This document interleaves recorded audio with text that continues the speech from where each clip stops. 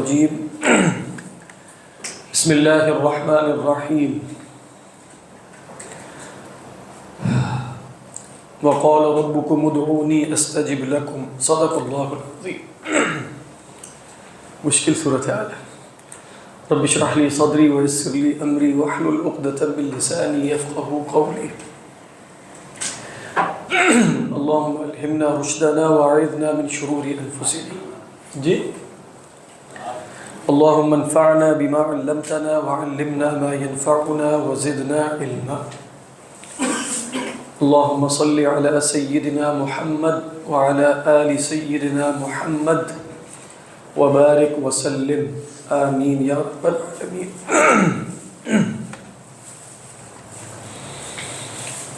حضرات، آج المقصد الاسماء میں جو اللہ کا اسم مبارک ہمارے سامنے ہے وہ المجیب ہے.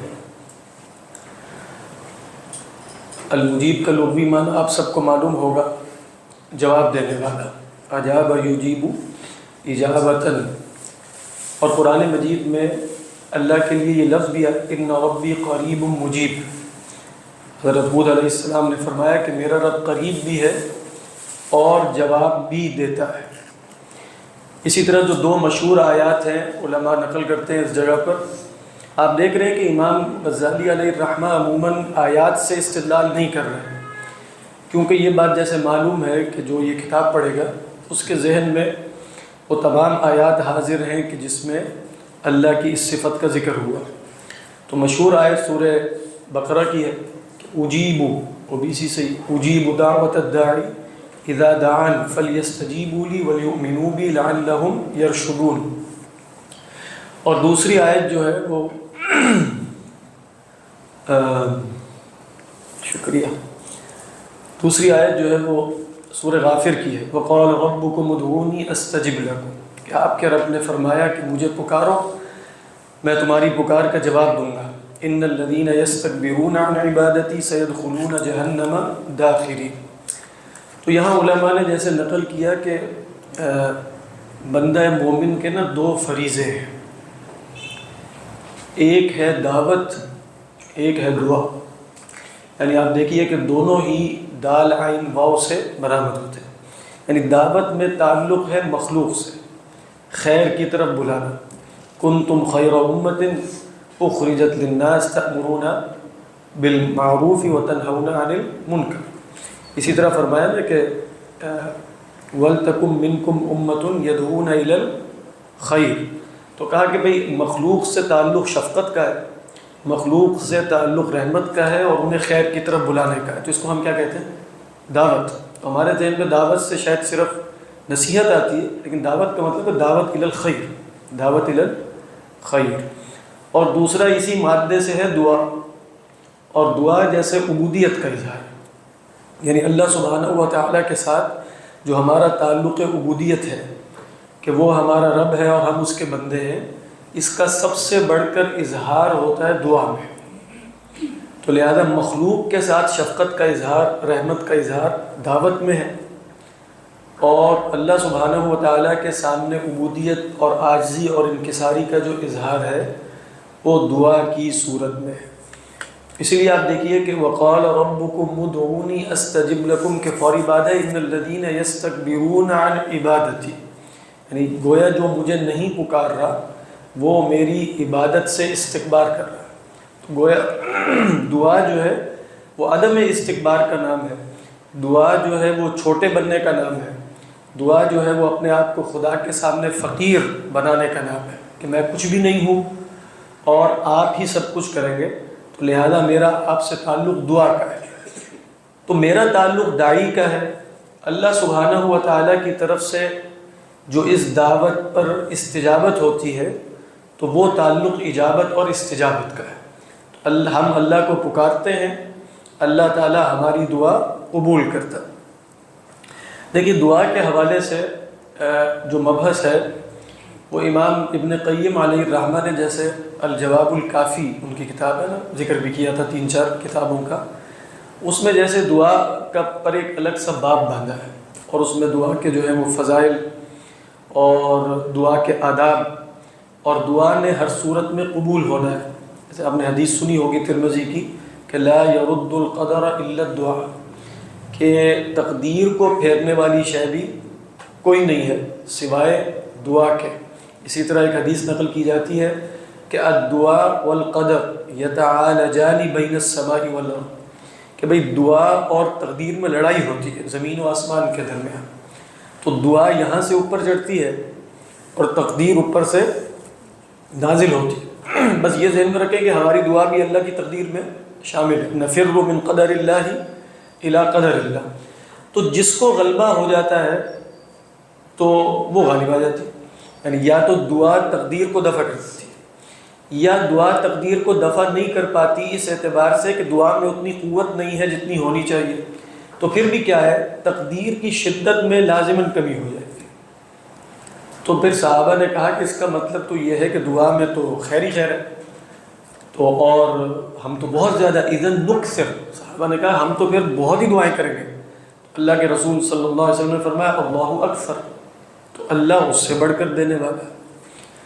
تو یہ ہے۔ پھر ابن قیم علیہ الرحمہ نے ایک اور بات بھی ذکر کی، وہ بھی بہت اہم ہے، کہ ہمارے ہاں جیسے دعا اور سبب میں ایک تقابل بتایا جاتا ہے کہ بھئی ہم کہتے ہیں پہلے اسباب اختیار کرو پھر اس کے بعد دعا کرو، ایسا نہیں ہونا چاہیے کہ بھئی اسباب اختیار نہیں کی اور دعاؤں ہی پر، یہ بات درست ہے ویسے، لیکن وہ فرماتے ہیں کہ دیکھو سبب اور دعا میں اس طریقے پر تفریق نہیں ہوگی۔ کیوں؟ اس لیے کہ دعا بھی سبب ہے، یعنی جب آپ کہتے ہیں نا کہ سبب اور دعا، تو گویا آپ سبب کو ایک اور حیثیت سے دیکھ رہے ہیں اور دعا کچھ اور ہے۔ پھر وہ فرماتے ہیں کہ سب سے بڑا سبب ہی دعا ہے، یعنی اگر کہا جائے کہ میں اسباب اختیار کر رہا ہوں تو وہ کون سا سبب ہے جو باقی اسباب سے سب سے بڑھ کر ہے، تو وہ خود دعا ہے۔ تو لہذا یہ تفریق نہیں ہے، زیادہ سے زیادہ آپ کہیں گے کہ بہت سے اسباب ہیں، ان میں سب سے بڑا سبب دعا ہے، اور اس کے سوا بھی جو اللہ نے اسباب مقرر کیے ہیں اپنی سنت کے مطابق اس کو اختیار کرنا چاہیے۔ پھر انہوں نے فرمایا کہ دیکھو جیسے جو تم ظاہری سبب اختیار کرو گے، دعا اس کو چاروں طرف سے گھیرے گی، یعنی ما قبل بھی دعا ہے، یہ نہیں کہ سبب اختیار کر کے دعا ہے، ما قبل بھی دعا ہے، سبب اختیار کرنے کے ساتھ بھی دعا ہے، اور سبب اختیار کرنے کے بعد بھی دعا ہے۔ تو اصل وہ شے کہ جو بریکٹ کرتی ہے تمام اسباب کو، کہ جس پر اصل انحصار ہے اور جس میں عبودیت کا سب سے بڑھ کر اظہار ہے، وہ دعا ہے۔ وہ کیا ہے؟ وہ دعا ہے، وہ اللہ کو پکارنا ہے، وہ اللہ کے سامنے چھوٹا بننا ہے۔ اس لیے آپ جانتے ہیں کہ وہ احادیث بھی نقل کی جاتی ہے کہ الدعاء هو العبادہ، اور ایک الدعاء مخ العبادہ، مخ العبادہ والی روایت سند ضعیف، لیکن بہرحال یہ مسئلہ تو قرآن سے بھی ثابت ہے کہ وقال ربکم ادعونی استجب لکم ان الذین یستکبرون عن عبادتی، تو گویا اللہ تعالیٰ نے دعا کی جگہ اب یہاں جو لفظ اختیار کیا وہ کیا ہے؟ وہ عبادت کا ہے۔ پھر ابن قیم علیہ الرحمہ نے فرمایا اسی الجواب الکافی میں، جو میں نے 3 کتابیں بتائی تھی نا جو پڑھنی چاہیے، الجواب الکافی اور عدۃ الصابرین و ذخیرۃ الشاکرین، اور تیسری روضۃ المحبین تھی، وہ بے شک نہ پڑھیں۔ ایک اور کتاب بھی ہے جو اصل میں دعا کے موضوع پہ ہے، وہ الوابل الصیب ہے، الوابل الصیب فی الکلیم الطیب، وہ پوری کتاب ہی اصل دعا کے اوپر، یعنی اس کتاب کا موضوع ہی دعا ہے، اور اس میں آپ دیکھیں گے کہ آدھی کتاب میں ابتدا میں دعا کے اوپر گفتگو ہے، دعا کیا کرتی ہے کیا نہیں کرتی، اور پھر اس کے بعد اللہ کے رسول صلی اللہ علیہ وسلم کے جو مسنون اذکار ہے وہ آپ نے آدھی کتاب میں بیان کی۔ تو ابن قیم علیہ الرحمہ فرماتے ہیں کہ دعا ہو ہی نہیں سکتی کہ قبول نہ ہو، یعنی ہمارے ہاں جو ہے نا کہ دعا کبھی قبول ہوتی ہے کبھی قبول نہیں ہوتی، تو وہ کہتے ہیں یہ تو ہو ہی نہیں سکتا، اس لیے کہ اللہ نے فرمایا اجیب دعوت الداعی اذا، اس میں کوئی مطلب کوئی شرط نہیں لگائی، اجیب میں جواب دیتا ہوں پکارنے والے کی پکار کا، کب جواب دیتا ہوں؟ جب چاہتا ہوں، یا اذا شئت، ہوتا تو سب اللہ کی مشیت کے مطابق ہے، لیکن فرمایا اذا دعانی، تو جب وہ پکارتا ہے تو جواب آتا ہے۔ تو نتیجہ یہ نکلا کہ یہ ممکن ہی نہیں ہے کہ اللہ تعالیٰ کو پکارا جائے اور وہ جواب نہ دے۔ جیسے حضرت موسیٰ علیہ السلام نے گوسالہ پرستی کرنے والوں کو یہ فرمایا تھا کہ دیکھتے نہیں ہو تم کہ یہ بات لا یرجع الیکم کیا ہے؟ لا یرجع القوم کیا ہے آیت؟ افلا یرون الا یرجع الیہم القوم لا یرجع ولا یملک لهم ضرا ولا نفعا اس میں پہلا جز یہ ہے کہ کیا یہ دیکھتے نہیں ہیں کہ یہ قول ان کی طرف نہیں لوٹاتا، یعنی یہ ان کی پکار کا جواب نہیں دیتا؟ تو اس سے مفہوم مخالف کے طور پہ یہ ثابت ہوا کہ جو خدا ہوگا حقیقی وہ پکار کا جواب دے گا، یہ ممکن نہیں ہے کہ وہ جواب نہ دے، تو لہذا اللہ نے یہی بتایا۔ اب ہوا یہ کہ اس میں دو قسم کے اشکالات آتے ہیں۔ ایک یہ ہے کہ بھئی میں نے خدا کو پکارا، اس نے جواب نہیں دیا، اور جدید زمانے میں اگر آپ سرچ کریں تو ایتھیسٹ وغیرہ یہی کہتے ہیں، یہ اعتراض ہے، تم کہتے ہو کہ خدا ہر پکار کا جواب دیتا ہے، سنتا ہے، ہم نے بہت پکارا لیکن اس نے جواب نہیں دیا۔ تو دیکھیے اس کا اصل جواب تو وہی ہے جو حضرت عیسیٰ علیہ السلام نے دیا تھا اور ہمارے علماء بھی دیتے چلے ہیں۔ وہ یہ ہے کہ ابلیس آیا سیدنا عیسیٰ کے پاس اور کہنے لگا کہ تم کہتے ہو کہ خدا کی مرضی کے بغیر کچھ نہیں ہوتا، اور جب موت اس نے دینی ہے اسی وقت موت آئے گی تو تم پہاڑ سے چھلانگ مار دو جہاں تم کھڑے ہوئے ہو، تو اگر اللہ تعالیٰ نے بچانا ہوگا تو تمہیں بچا لے گا۔ انہوں نے جواب دیا کہ خدا کے لائق ہے کہ وہ بندوں کو آزمائے، بندوں کے لائق نہیں ہے کہ وہ خدا کو آزمائے۔ بات مان، یعنی خدا کو یہ دیکھنا کہ وہ کیا کرتا ہے، میں چھلانگ مار کے دیکھتا ہوں، یا زہر کا پیالہ پی کر دیکھتا ہوں۔ زہر کا پیالہ وہ جو مشہور ہے نا کہ بائبل میں آیا ہے کہ اگر تم میرا نام لے کر زہر کا پیالہ پیو گے تو کچھ نہیں ہوگا۔ جب وہ ڈاکٹر ذاکر نائک ولیم کیمبل سے مناظرہ کر رہے تھے، 2001 میں ایک مشہور مناظرہ ہوا تھا، تو اس میں ذاکر نائک صاحب نے ولیم کیمبل سے کہا اگر تم بائبل کو مانتے ہو تو زہر کا پیالہ لے کر آ گئے ہو، پی لو پھر۔ اب یہ بہت ہی فضول بات تھی ہندی، اس نے یہی جواب دیا ولیم کیمبل نے، اور وہ بالکل ٹھیک جواب تھا، ہمارے وہ حضرت عیسیٰ کا جواب تھا، وہ ہمارے علماء بھی دیتے چلے ہیں کہ بندے کے لیے نہیں ہے کہ وہ خدا کو آزمائے، بندے کے لیے یہ روا نہیں ہے کہ وہ خدا کو آزمائے۔ لہذا اگر کوئی کہہ رہا ہے کہ میں نے خدا کو پکار کے دیکھتا ہوں وہ جواب دیتا ہے کہ نہیں، تو وہ خدا کو پکار ہی نہیں رہا اصلا، اس لیے کہ بندہ بن کر پکارنے پر شرط ہے، یعنی اجیب دعوت الداعی اذا دعانی، جب وہ مجھے پکارے۔ مجھے پکارنے سے مراد یہ ہے کہ جو شرائط اور آداب میں اپنے ذہنی تخیل میں خدا بنا کر اس کو نہ پکار رہا ہو، حقیقتاً عبودیت کا تعلق قائم کر کے پکارے گا تو میں جواب دوں گا۔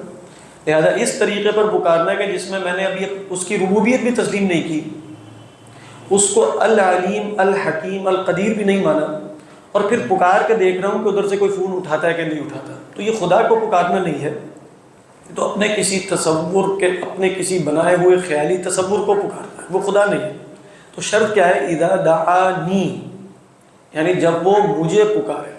اسی طرح آپ دیکھیں وقال ربکم، جو صفت بیان کی جا رہی ہے وہ قال ربکم کی ہے، تو جب عبودیت کی صفات پیدا ہوں گی تو کیا انسان یہ نہیں جانے گا کہ جس کو میں پکار رہا ہوں وہ فَإِنَّكَ تَعْلَمُ وَلَا أَعْلَمُ وَتَقْدِرُ وَلَا أَقْدِرُ وَأَنْتَ عَلَّامُ الْغُيُوبِ، کہ بھئی اس صفت اور کیفیت کے ساتھ پکارا جائے گا تو خدا ضرور جواب دے گا، ممکن ہی نہیں۔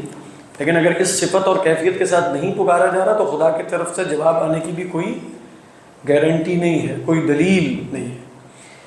باقی آپ دیکھیے کہ اللہ تعالیٰ کو پکارنے کے نتیجے میں، اور جو صحیح ادب آداب کے ساتھ پکارا جائے، فوری ایک شے حاصل ہوتی ہے۔ ابھی آپ کو اپنا مطلوب جو ذہنی ہے وہ حاصل ہو یا نہ ہو، اللہ خود مل جاتا ہے۔ یعنی یہ بات تو ہر صاحب ایمان جو ہے وہ تجربہ کر سکتا ہے نا، یعنی اگر صحیح ادب آداب کے ساتھ اللہ کے ساتھ اللہ کی صفات کو ذہن میں حاضر کر کے، اس کے کمالات کو ذہن میں حاضر کر کے، اس کے ساتھ عبودیت کا تعلق پیدا کر کے، اپنی کم مائگی، اپنی عاجزی، اپنی بیچارگی اور اپنے فقر کا استحضار کر کے، صرف یہ نہیں کہ مجھے پتہ، استحضار کر کے، تو فوری طور پہ خدا سے ایک ایسا تعلق نصیب ہو جاتا ہے کہ ابھی مطلوب ملے یا نہ ملے، اصل مطلوب مل جاتا ہے، وہ خود اللہ ہی ہے۔ یعنی ان دی اینڈ ایک صاحب ایمان کا حقیقی مطلوب وہ شے نہیں ہے، اس سے بڑھ کر حقیقی مطلوب تو وہ اللہ ہی ہے نا۔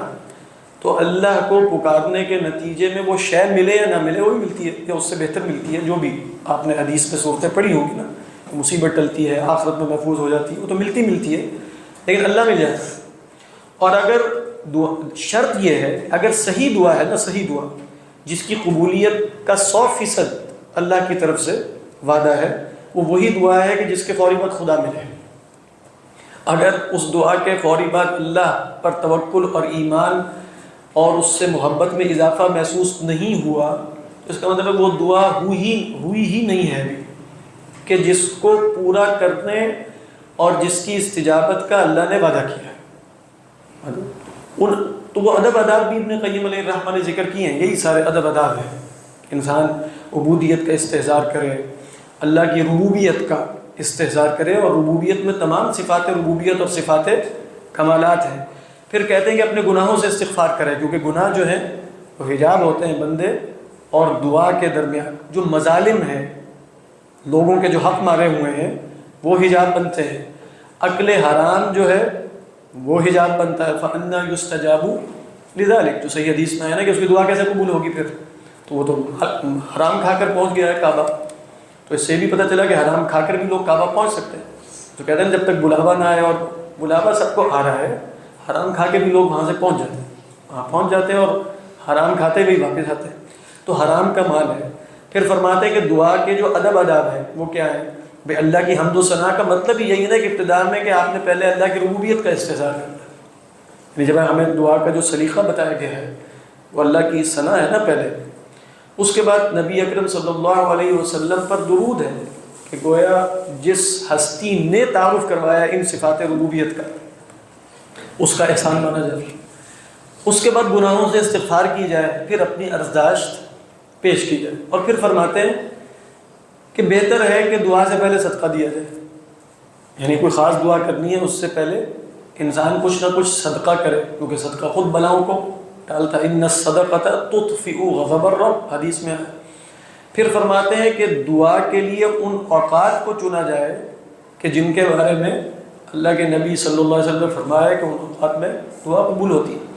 اذان اور اقامت کے درمیان، فرض نماز کے بعد، تہجد میں جو آخری پہر ہے اس میں دعا قبول ہوتی ہے.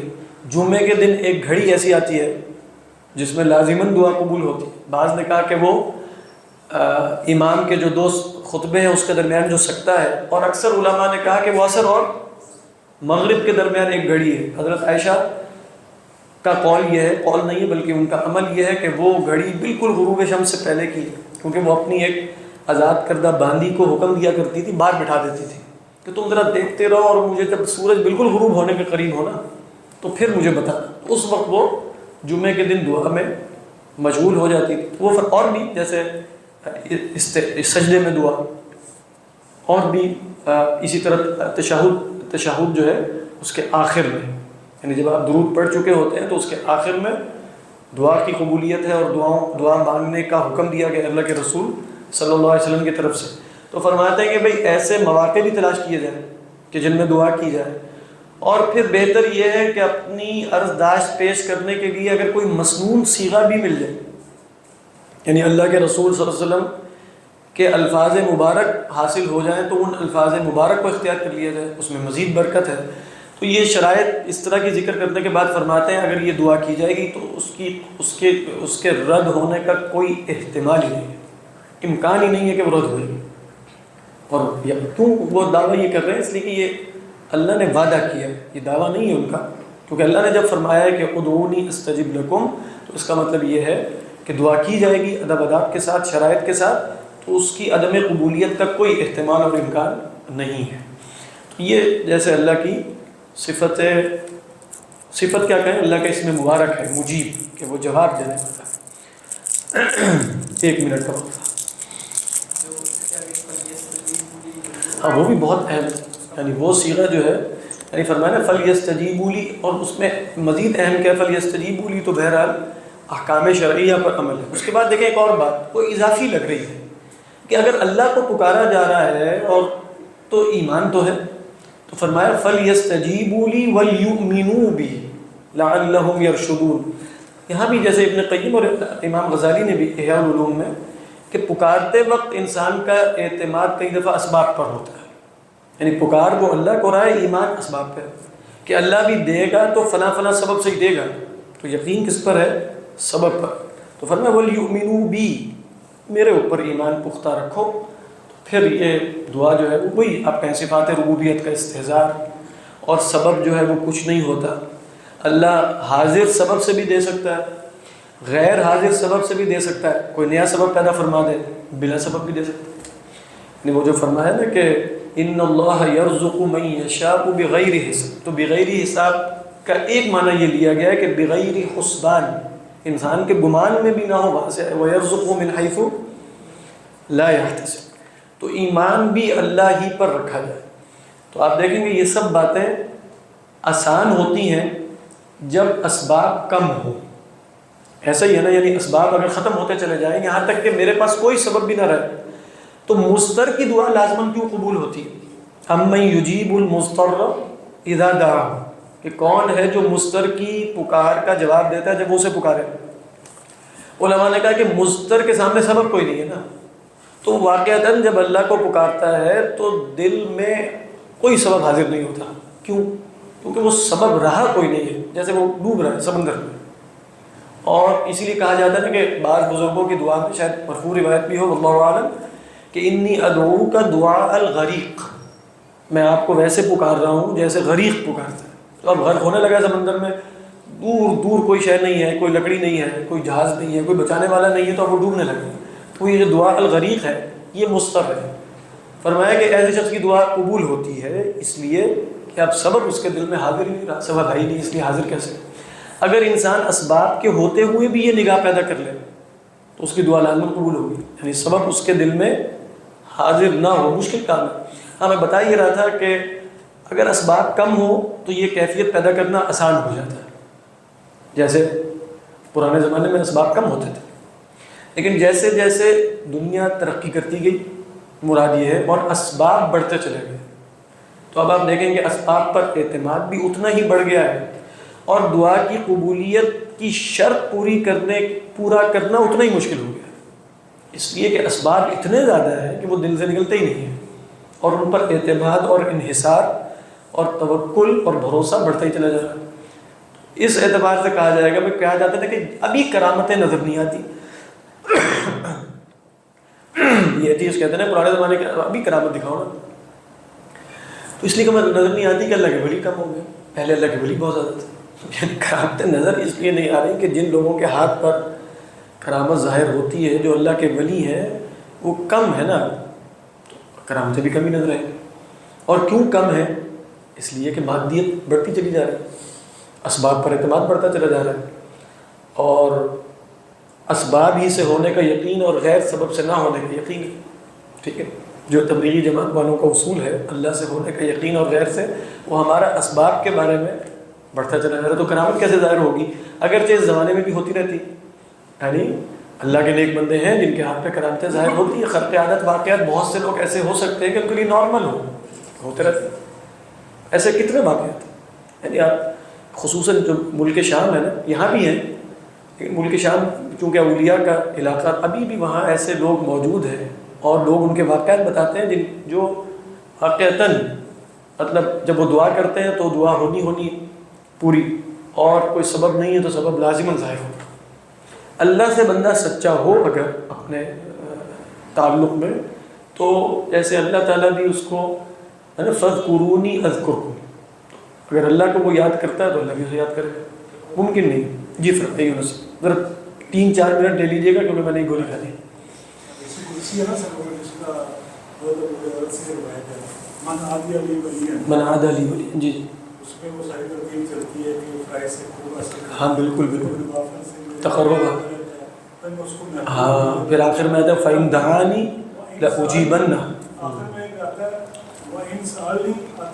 ہاں وَإِن سَأَلَنِي أَعْطَيْتُهُ، بالکل، اور اس میں ایک روایت میں وَإِن دَعَانِي أَعْطَيْتُهُ يَا أَجَبْتُهُ وَاللَّهُ أَعْلَمُ، اگر وہ مجھے پکارے گا تو لازماً دوں گا، اور اگر وہ مجھ سے مانگے گا تو اور اگر وہ استغفار کرے گا میرے سے لازم مغفرت کروں گا۔ تو اب یہ بتایا جا رہا ہے کہ یہ اللہ کا وہ ولی ہے جس کے بارے میں تو گارنٹی ہے کہ ہوگی ہوگی، لیکن یہ جو ہم استجابت کی بات کر رہے ہیں نا، یہ عام ہمارے لیے بھی ہے، عام مسلمان کے لیے، کہ یہ شرائط پوری کی جائیں، کیونکہ اللہ نے وَقَالَ رَبُّكُمْ ادْعُونِي أَسْتَجِبْ لَكُمْ سب کے لیے فرمایا، یہ صرف اولیاء کے لیے نہیں ہے، یہ ہم جیسے لوگوں کے لیے بھی۔ بغیر اسباب اختیار کیے مجھے کا بات ٹھیک ہے، لیکن مطلب اس کا کوئی محل خاص ہے، یہ سبب اختیار کے بغیر دعا کرنا، ہاں اصل میں محل یہ ہے کہ اگر جو امام غزالی کی تقسیم ہے نا اسباب کی، کتاب التوکل میں، وہ بہت اہم ہے، وہاں سے پڑھنی چاہیے، لیکن خلاصہ اس کا یہ ہے کہ اسباب یقینیہ کو ترک نہیں کیا جا سکتا، یعنی اسباب یقینیہ کا مطلب ہے کہ جس کا ٹوٹنا خرق عادت ہو. یہ سمجھ میں آ گئی بات؟ یعنی مثال کے طور پہ اسباب یقینیہ میں یہ شامل ہے کہ آپ نے عمرے پہ جانا ہے تو یا اونٹ پہ جائیں گے یا گھوڑے پہ جائیں گے یا پیدل جائیں گے یا جہاز پہ جائیں گے یا بحری جہاز پہ. مطلب کوئی اسباب ہے، یہ اسباب یقینی ہیں، ان کا ٹوٹنا کیا شمار ہوگا؟ خرق عادت ہوگا کہ میں یہاں سے پہنچ جاؤں. تو کہتے ہیں کہ دعا آپ کریں گے کہ عمرے پہ اللہ تعالیٰ مجھے لے جائے، لیکن اس کے ساتھ آپ کو یہ اسباب اختیار کرنے پڑیں گے کیونکہ یہ یقینی اسباب. اسی طرح جیسے پانی پینے سے پیاس کا بجھنا اللہ کی سنت میں، اگر انسان مریض نہ ہو اور پانی بھی ٹھیک ہو تو سنت کیا ہے کہ پیاس بجھے گی. لہٰذا پانی کے ہوتے ہوئے یعنی سبب یقینی کے، ہو سکتا ہے سبب یقینی موجود نہ ہو، یہ ہو سکتا ہے، پھر تو صرف دعا ہی ہوگی. لیکن سبب یقینی کے موجود ہوتے ہوئے میں کہوں کہ اللہ پیاس بجھا دے اور پانی نہ پیوں، تو یہ اللہ کے حکم کی نافرمانی ہوگی. اس طرح کے اسباب ہیں جو اسی طرح یہاں تک کہ ایمان اور عمل صالح بھی یقینی سبب کس کا ہے؟ جنت میں داخلے کا ظاہری سبب ہے، کوئی عقلی سبب تو نہیں ہے کہ اللہ اس کے بغیر بھیج نہیں سکتا. لیکن چونکہ اللہ نے بتا دیا ہے تو اگر کوئی شخص کہے کہ میں ایمان اور عمل صالح کے بغیر اللہ پر توکل کرتا ہوں کہ وہ جنت میں لے جائے گا، تو ہم کہیں گے کہ یہ اللہ کی نافرمانی ہے، جہنم میں جانا پڑے گا. تو اسباب یقینیہ میں دعا بھی ہے اور سبب کا اختیار کرنا بھی ہے. کچھ اسباب جو ہیں وہ غلبۃ الظن کے ہوتے ہیں، جیسے کچھ دوائیں ایسی ہیں وہ دوا کو وہ یقینی سبب میں نہیں لاتے، یقینی سبب نہیں ہے. کچھ دوائیں ایسی ہیں کہ جیسے غلبہ ظن حاصل ہو جاتا ہے کہ اس سے کہتے ہیں اس کو بھی اختیار کرنا چاہیے. جو اسباب غلبہ ظن دے، تمام دوائیں غلبۃ الظن نہیں دیتی، کچھ دوائیں دیتی، اس کو اختیار کر لیا جائے. جو نہیں دیتی ان کو صاحب توکل چھوڑ بھی سکتا ہے، اور ایک خاص قسم کا صاحب توکل جو بہت ہم لوگ نہیں ہیں اس میں، وہ غلبۃ الظن والوں کو بھی چھوڑ سکتا ہے، اس کو بھی چھوڑ سکتا ہے اگر اس کا اللہ پر خاص توکل ہو. لہذا فقہ میں بھی آپ دیکھیں تو جیسے فقہ حنفی میں دوا استعمال کرنا مستحب بتایا جاتا ہے یا مباح بتایا جاتا ہے. بعض کہتے ہیں صرف مباح ہے، یعنی واجب نہیں کہتے، اس لیے کہ وہ سبب یقینی نہیں شمار کرتے اس کو. کہتے ہیں اچھی دعا کر لو، اور اگر تمہارا توکل کا ایک خاص مرتبہ ہے تو بے شک نہ کرو. جیسے اللہ کے رسول صلی اللہ علیہ وسلم کے پاس ایک خاتون آئی ہے تو انہوں نے کہا کہ مجھے سر ایک ہوتا ہے، بیماری ہے، جیسے مرگی کا دورہ ہوتا ہے اس طرح کی، تو میرے لیے دعا فرمائیے. تو آپ نے فرمایا کہ بہتر ہے کہ تم صبر کرو اور احتساب کرو. کیا مطلب؟ اس پر صبر کرو اور احتساب. انہوں نے فرمایا کہ اچھا اس سے بے پردگی سی ہو جاتی ہے، اس کے لیے دعا فرما دیتا ہوں. آپ نے فرما دی. اس میں بھی ایک کیا تھا کہ ٹھیک ہے، لیکن اگر تم اپنی بیماری پہ صبر کر کے اور احتساب کرو، احتساب کا یہاں کا مطلب ادخار، یعنی اللہ کے ہاں اس کو جمع کرو، پھر یہ بھی ہے. تو اصل میں اسباب مختلف لیولز کے ہیں، اور پھر ہر بندے کے توکل کے اعتبار سے اسباب یقینیہ ترک نہیں ہو سکتے. اب پیناڈول جو ہے وہ بخار اتارنے کے لیے سبب یقینی ہے کہ نہیں؟ کہ غلبۃ الظن تو ہے، 2 پیناڈول سے اتر ہی جاتا ہے.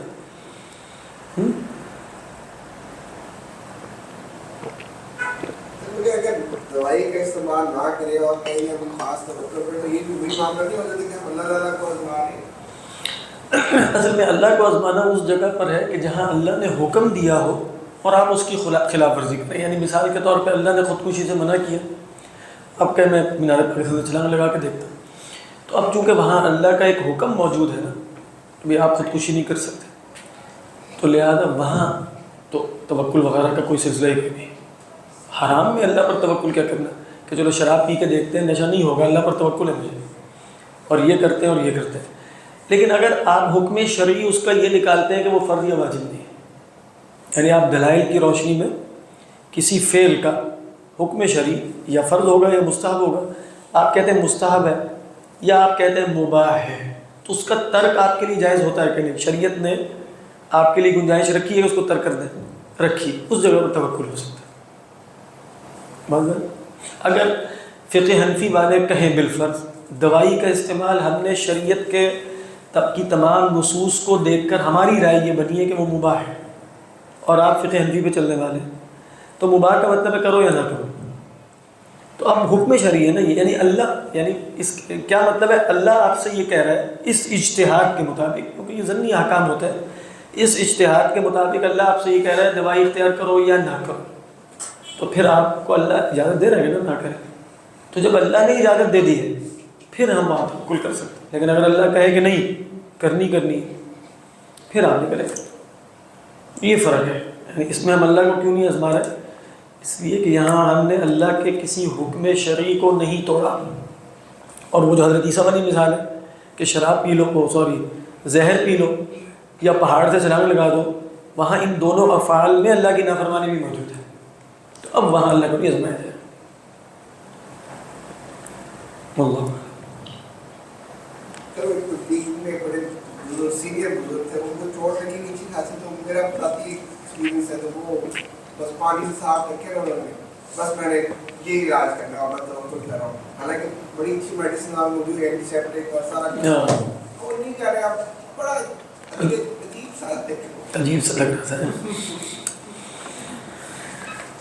اصل میں اس میں نا ہمارے جو بزرگوں کی نگاہ تھی نا، جیسے امام شاطبی علیہ الرحمہ، الموافقات ان کی اصول فقہ کی کتاب، وہ مجھے مطلب اس کتاب کو پڑھنے میں مزہ اس لیے آتا ہے کہ وہ ایک تو بہت دقیق ہے، بہت گہری ہے، اور اس میں جیسے علوم ساتھ ساتھ چلتے ہیں، اس میں تصوف بہت ہوتا ہے. اچھا وہ واقعات جب آتے ہیں نا اس طرح کے کہ جس میں عموماً جیسے عبد الرحمن ابن الجوزی ہو اگر تلبیس ابلیس میں، تو وہ تو بالکل خلاف سنت کہہ کے گزر جاتے ہیں. ٹھیک ہے، جو تلبیس ابلیس ہے نا صوفیہ پہ، اس میں آدھی کتاب تو صوفیہ پہ ہی رد ہے کہ یہ کرتے ہیں. اس میں ایک رد یہ بھی ہے کہ یہ توکل کے چکر میں اسباب اختیار نہیں کرتے. تو عبد الرحمن ابن الجوزی بہت زیادہ نقد کرتے ہیں اس میں. لیکن جو موافقات میں امام شاطبی ہے وہ ہمیشہ کوئی عذر لانے کی کوشش کرتے ہیں. تو وہ نگاہ یہ ہوتی ہے کہ وہ بتائیں گے کہ واقعتاً شریعت میں یہ نہیں ہے کہ آپ اس طرح زخم ہو جائے تو پٹی بھی نہیں باندھنی، یہ بھی نہیں کرنا، وہ بھی نہیں کرنا. انہوں نے شریعت میں ہے مستحبات کے درجے میں اختیار کرو. یہ خود اللہ کے رسول صلی اللہ علیہ وسلم نے دوائی اختیار کی ہے. آپ کے پاس بڑے طبیب آیا کرتے تھے، آپ بلاتے نہیں تھے ان کو. ویسے جب پتہ چلتا تھا کہ اللہ کے رسول صلی اللہ علیہ وسلم بیمار ہیں تو طبیب آنا شروع ہو جاتے تھے. یعنی صحابہ میں بھئی آپ یہ اختیار کریں، آپ یہ اختیار کریں. جیسے آدمی کوئی بیمار ہوتا ہے نا تو اس کے جاننے والے ہر ایک جو ہے وہ نئے سرے سے مطلب ڈنگی ہوا تو اب یہی ہے کہ وہ پتہ چل گیا ہوگا کہ اس میں کیا کرنا ہے کیا نہیں کرنا. لیکن جو بھی بندہ آئے گا وہ نئے سرے سے ساری تفصیل بتائے گا کہ یہ جو ہو گیا ہے نا، اب وہ 5-7 دن ہو گئے ہوئے تو کافی بندہ چیٹ جی پی ٹی بھی ہے، بہت کچھ معلوم ہو جاتا ہے، ہر بندہ بتاتا ہے. لیکن ہر بندے نے اپنا ایک وہ اچھی بات ہے، وہ خیر خواہی کے تحت دے رہا ہوتا ہے. تو حضرت عائشہ کو نا بہت طب یاد ہو گئی اس سلسلے میں، اور کافی وہ طبیبہ بن گئی بعد میں نا باقاعدہ، کیونکہ کثرت سے جو اطباء اللہ کے رسول صلی اللہ علیہ وسلم کے پاس مشورے لے کر آتے تھے، تو اللہ کے رسول صلی اللہ علیہ وسلم دوا اختیار کر لیا کرتے تھے. اور مطلب آپ چونکہ توکل کے اس مقام پر تھے کہ سبب اختیار کرنا آپ کے توکل میں ذرا بھی مخل نہیں ہوتا تھا. یہی نبی کی شان ہے نا. یعنی نبی کی شان یہ ہے کہ وہ توکل بھی کر رہا ہے اور سبب کا ہونا نہ ہونا اس کے لیے برابر ہے. ہمارے لیے کیا ہے، پیناڈول کھاتے ہیں تو کہتے ہیں اثر کیوں نہیں ہوا ابھی تک، کیونکہ ہمارے ذہن میں جو ہے وہ سبب حاضر ہوتا ہے کہ اچھا 1.5 گھنٹے ابھی تک بخار نہیں اترا، 2 گھنٹے ہو گئے، اس کا مطلب یہی تھا کہ ہمارے خیال میں پیناڈول نہیں بخار اتارنا ہے. تو ہمارے توکل میں سبب اختیار کرنے سے نا خلل سا واقعہ ہو رہا ہوتا ہے. وہ اس وجہ سے کہ ہمارا دل جو ہے وہ اتنا وسیع نہیں ہے اور اس میں اللہ کی یاد اور اس پر توکل کا اتنا استغراق نہیں ہے کہ سبب اس میں خلل پیدا نہ کر سکے. تو اللہ کے رسول صلی اللہ علیہ وسلم ایسے تھے. بعد میں آنے والوں میں کیا ہوا، عدم کمال کی وجہ سے جو کمال اللہ کے رسول اور صحابہ کو حاصل تھا وہ ان لوگوں کو نہیں حاصل تھا، اس لیے ان کے لیے کئی دفعہ توکل اور سبب کو جمع کرنا مشکل ہو جاتا تھا. نہیں سمجھ میں آ رہی یہ بات؟ اب ایک شخص اس کو دیکھ کر یہ کہے گا کہ یہ خلاف سنت ہے، اور دوسرا شخص یہ کہے گا کہ یہ اس میں معذور ہے. یہ نہیں ہے کہ یہ آئیڈیل ہے، عذر ہے ان کے پاس. یعنی ان پر توکل کی ایک ایسی حالت غالب ہے جو بہت زبردست ہے، لیکن وہ ناقص ہے اس اعتبار سے کہ یہ سبب کو اس کے ساتھ جمع نہیں کر پا رہے. تو لہذا یہ معذور ہے ترک سبب میں. یہ کس میں معذور ہے؟ ترک سبب. تو آپ دیکھیں گے امام شاطبی علیہ الرحمہ اس طریقے پر عذر دیتے چلے جاتے ہیں کہ تم ان کو بھی کچھ نہیں کہنا، تم نے یہ معذور ہے. اور پھر وہ اپنے بارے میں اور ہمارے بارے میں یہ فرماتے ہیں کہ تم یہ نہ سمجھو کہ تم چونکہ سبب اختیار کر رہے ہو تو تم رسول اللہ صلی اللہ علیہ وسلم کی سنت پہ عمل کر رہے ہو، بلکہ تمہارا توکل ہے ہی کوئی نہیں کہ جس میں سبب کا اختیار کرنا خلل ڈال سکے. یعنی ہمارا توکل کا پہلی لیول بہت نیچے ہے، ہمیں سبب اختیار کرنے سے کچھ فرق نہیں پڑتا. ہم کہتے ہیں ہمارا تو اتنی توکل ہے، اس لیے وہ پہلے ہی کافی باٹم پہ تھا. ان لوگوں کا توکل بہت زیادہ ہے، ان کو سبب اختیار کرنے سے فرق پڑتا ہے. میں اس کی مثال دیتا ہوں سنت سے. جیسے ہم یہ رنگ برنگے قالینوں پہ نماز پڑھتے ہیں، ہمیں تو آج تک کوئی ڈسٹریکشن نہیں ہے اس میں. یعنی یہ جو تصویریں بنی ہوتی ہیں، پھول بوٹے، کعبہ فلانا. اللہ کے رسول صلی اللہ علیہ وسلم نماز پڑھے، سامنے پردے پہ کچھ نقش و نگار تھے، اور آپ نے فوراً نماز ختم کرنے کے بعد کہا اس کو اٹھاؤ، اس نے تو مجھے نماز میں غافل کر دی. آپ سمجھ میں آ رہی؟ الہانی فی الصلاۃ، اور آپ نے اس کو وہاں سے ہٹوا دیا. آپ نے سنی ہے نا روایت ہے. کیا ہے اس میں؟ اس میں یہی ہے کہ ہماری توجہ جتنی بھی ہے وہ اتنی ہے ہی نہیں کہ نقش و نگار اس میں خلل ڈال سکیں. سمجھ میں آ رہی؟ اور اللہ کے رسول صلی اللہ علیہ وسلم کو اس درجے کا استغراق حاصل ہے کہ ہلکی سی چیز بھی اس میں کہہ رہی ہے کہ یہ مجھے لگ رہا ہے کہ اس استغراق میں کچھ کمی ہو رہی ہے، اس توجہ میں، تو آپ کے لیے وہ خلل بن رہا. ہمارے ساتھ اب تو مسجدیں اتنی خوبصورت، آگے پیچھے اوپر نیچے، تو جب تک اس طرح کی مسجد نہ ہو تو ہمیں تو خشوع و خضوع ہی حاصل نہیں ہوتا. نہیں، خود ہی سوچیے. اب یہ آپ دیکھ رہے ہیں نا فرق، یہ کس وجہ سے؟ یہ ہمارے نقص کی وجہ سے ہے کہ ہمیں وہ شے خلل نہیں ڈال رہی جو رسول اللہ صلی اللہ علیہ وسلم کو ڈال رہی ہے، اور وہ آپ کا کمال ہے کہ وہ آپ کو خلل ڈال رہی. اسی طرح توکل والے معاملات کو دیکھیں کہ آپ صلی اللہ علیہ وسلم کا کمال مطلق ہے کہ آپ سبب اور توکل کو دونوں کو غایت درجے میں جمع کر سکتے ہیں، اور سبب بھی آپ کافی اختیار کر لیتے تھے. 2 زنا پہننے کے جو واقعہ ہے، اور ہمارا ظرف محدود ہونے کی وجہ سے یہ 2 چیزیں ہمارا نہیں، ہمارے یہاں تو مطلب ظرف ہے ہی نہیں. ظرف محدود ہونے کی وجہ سے بڑے بڑے بزرگ ایسے جو ان چیزوں کو جمع نہیں کر پاتے تھے تو وہ معذور ہو جاتے تھے ترک سبب میں. ایک نگاہ دیکھنے کے لیے تو امام شاطبی اس نگاہ سے دیکھتے ہیں. پھر ایک اور نگاہ بھی بتاتے ہیں، وہ پھر اصولی نگاہ ہوتی ہے کہ ٹھیک ہے اللہ کے رسول صلی اللہ علیہ وسلم نے یہ کام کیا ہے، لیکن اللہ کے رسول صلی اللہ علیہ وسلم کئی دفعہ مباح بھی کر لیتے تھے، یہاں تک کہ ہو سکتا ہے ہماری نسبت سے مکروہ بھی کر لیں، کیونکہ آپ نے سنت قائم کرنی ہے تمام لوگوں کے لیے. تو وہ فرماتے ہیں کہ جیسے اللہ کے رسول صلی اللہ علیہ وسلم نے بھی بسا اوقات مختلف لوگوں کو مختلف احکام دیے نا. تو ایک تو سب کے لیے ہے کہ بھئی آپ نے کہا کہ یہ سب کے لیے حکم ہے، اور بعض صحابہ سے بیعت لے لی کہ لا تسأل احدا عن شیء، کسی سے کوئی سوال نہیں کرنا کبھی بھی. سوال کرنا منع نہیں ہے، شریعت میں جائز ہے، اس کو خصوصی کہہ دیا. تو وہ ان کا اگر نیچے زمین پہ گھوڑے پہ وہ کوئی شے بھی گر جائے، کوڑا گر جائے، تو وہ کسی سے کہتے نہیں تھے کہ پکڑا، وہ خود اتر کے لے گئے. تو اللہ کے رسول نے ان کو کہہ دیا کیا آپ نے کسی سے سوال نہیں کرنا. اب یہ گویا آپ نے صحابہ میں بھی فرق مراتب رکھا ہے. ایک عمومی حکم ہے سب کے لیے، اگر میں کہوں کہ بھئی مجھے یہ شے پکڑا دو تو کوئی گناہ نہیں ہے، لیکن بعض صحابہ سے کہہ دیا کہ تم یہ بھی نہ کرو. بعض صحابہ سے خصوصی کہا نا کہ یا ابا ذر انی احبک فلا تدع فی دبر کل صلاۃ ان تقول اللهم اعنا علی ذکرک و شکرک.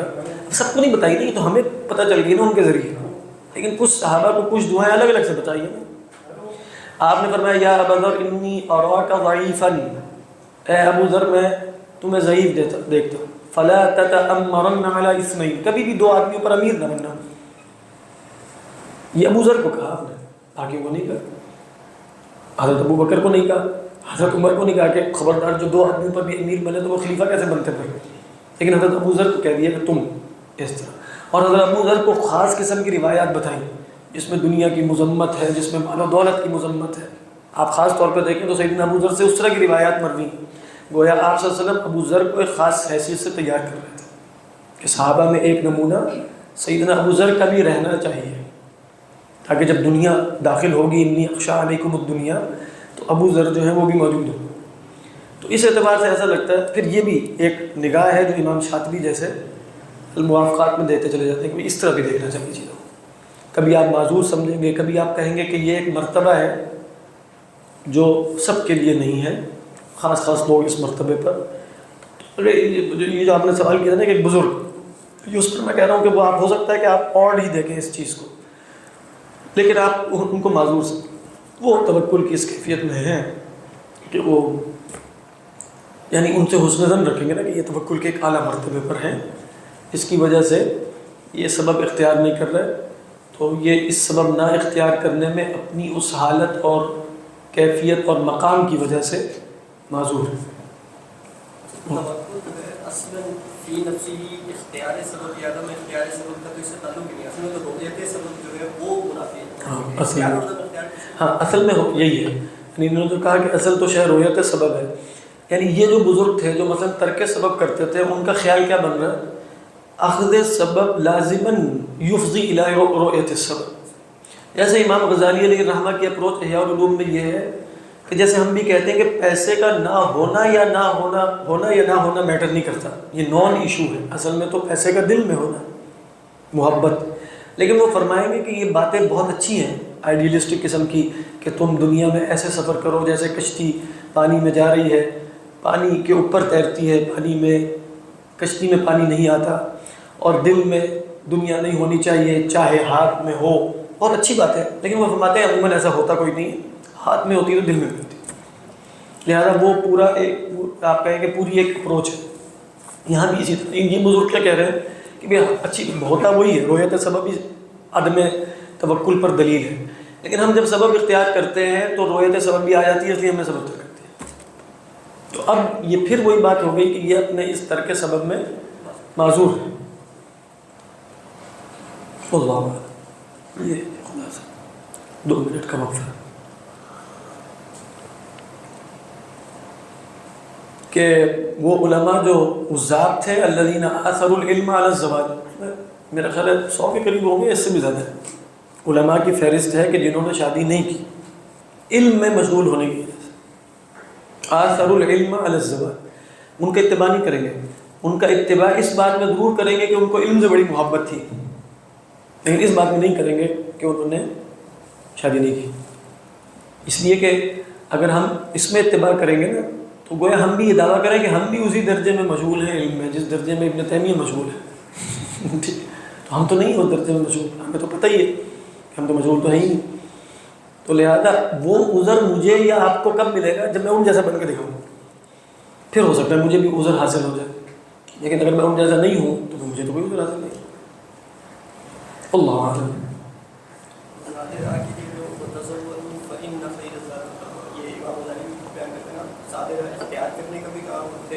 توکل کا بھی کہہ دیں، تقویٰ کا بھی کہہ دیں، وہی جیسے لباس کے بارے میں فرمایا یا بنی آدم قد انزلنا علیکم لباسا یواری سوآتکم وریشا ولباس التقویٰ، دونوں چیزیں۔